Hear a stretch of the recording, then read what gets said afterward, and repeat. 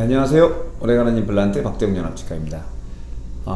이를 씌워서 걸어놨던 치아들은 쉽게 상해 나중에 썩어서 흔들리다가 빠지게 되면 지금 사진에 보시는 것처럼 이렇게 뿌리만 남은 상태로 변하거든요. 씌우지 않은 몇 개의 치아들은 옆뿌리가 썩어서 좀 까만 게 보이고 나머지 것들은 다 빠져버린 상태가 됐습니다. 그래서 빨리 저작을 회복하고 이를 만들기 위해서 임플란트를 할 건데요. 한꺼번에 뽑습니다. 그리고 그날 임플란트를 임시 임플란트를 이용해서 저작할 수 있도록 만들어주고 본 임플란트도 적어도 몇 개는 심어야 돼요. 그 만들어가는 과정 보도록 하겠습니다. 처음에 왔던 사진입니다. 그리고 일주일이 지나서 임시치아가 만들어진 다음에 임플란트를 진행했습니다. 그날 하루에 아래쪽에 남아있는 치아들을 다 뺐고요. 다 살릴 수 없는 건 확인됐기 때문에 다 뺐고 임플란트를 4개 정도를 심었습니다. 그 다음에 임시 임플란트 4개를 심어서 저작할 수 있는 치아를 만들 수 있도록, 버틸 수 있도록 임플란트를 심었습니다. 그런데 이쪽처럼 넓은 어금니라든가 염증이 심한 부분이라든가 이런 거는 임플란트 심지 못했어요. 이거는 조금 더 지나서 잇몸을 아물고 염증이 좀 가라앉은 다음에 심는 게 유리하기 때문에 그날 심지는 않았습니다. 하지만 첫날 4개 이상 심어서 임시치아를 만들 수 있도록 하는 것과 그 다음에 임시 임플란트가 망가졌을 때 대체할 수 있도록 주변에 임플란트를 심을 수 있는 건 최대한 많이 심었는데 그게 4개 정도 됐네요. 그렇게 해서 첫날 수술이 됐습니다. 다음날 임시이가 만들어집니다. 그러면 환자분은 처음에 막 쓰던 치아가 다 한꺼번에 빠졌을 때 놀랐었는데 바로 이가 되기 때문에 아무래도 확실히 더 유리하죠. 저작을 회복할 수 있도록 만들어졌고요. 임시치아는 이런 식으로 생겼습니다. 그렇게 해서 약간 좀 지저분해요. 왜냐면 피도 나는데 임시치아도 바로 만들고 다듬고 하기 때문에 조금 색깔은 이쁘지 않지만 이렇게 저작을 회복하도록 만들어 드렸고요. 2달 정도 지나고 나면 이쪽에 심었던 임플란트들은 이미 뼈랑 다 붙었잖아요.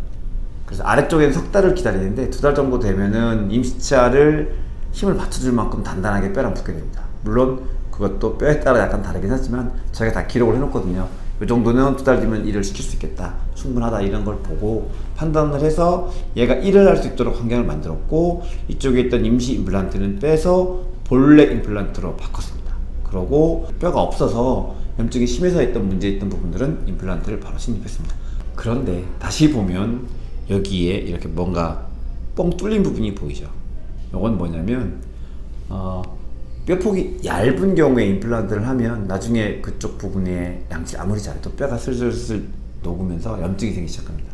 그게 싫어서 뼈를 덧대서 좀 뚱뚱하게 만들게, 즉 뼛속에 임플란트 담긴 것처럼 보이게 하기 위해서 이쪽 얇아진 부분은 나중에 문제 생긴다 보고 거기에 뚱뚱하게, 뼈가 뚱뚱해 보일 수 있도록 보강하는 작업, 뼈이식 작업을 하게 되는데 그냥 뼈 표면에다가 뼈이식 재료를 덧대면 바로 뼈가 되는 게 아니어서 약간 구멍을 뚫어줍니다.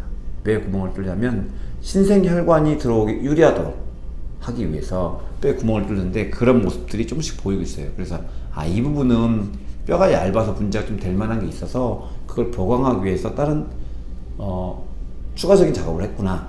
이게 좀 어려워요, 사실은. 처음에 임플란트 하는 게 다 빼고 다 심었죠. 우르르 심었잖아요. 양이 되게 많을 것 같으니까 이게 더 환자분이 힘들어하지만 실제적으로는 뼈 이식을 해서 보강하는 작업이 임플란트 4개, 5개 하는 것보다 하나 하면서 뼈 보강하는 작업이 더 어려워요. 그래서 이분은 2번 작업을 통해서 일을 마무리했지만 실제적인 환자분이 생각하는 고통이나 힘들어하는 정도는 처음에 반, 뒤에가 반이었습니다.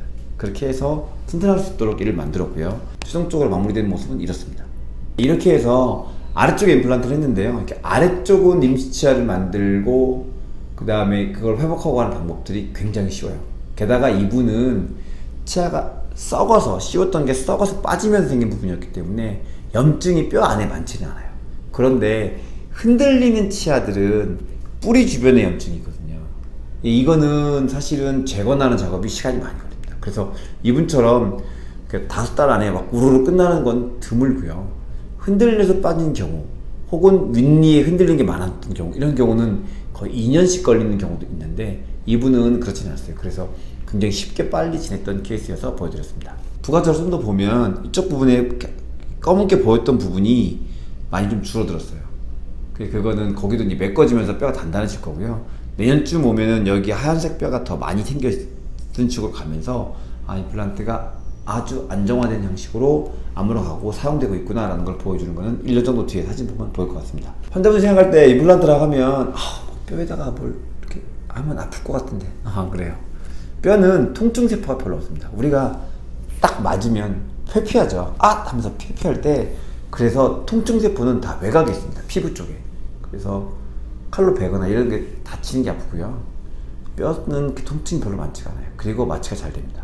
그래서 환자분이 생각하는 것처럼 임플란트가 아프다거나 혹은 개수가 많으니까 아프다거나, 아니요, 그건 절대 안 그렇습니다. 오히려 이 빼는 게 더 아파요. 이는 흔들려서 빼잖아요, 대부분의 경우에. 그러면 이 뿌리 주변에 염증이 엄청 많단 말이에요.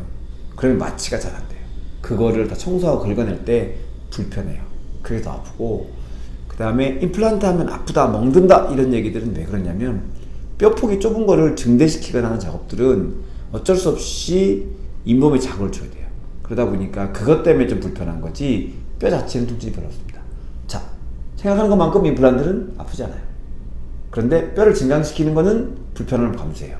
그래도 그게 이 빼는 거에 비해서 더 아프다고 보기는 어려워요. 그 정도입니다.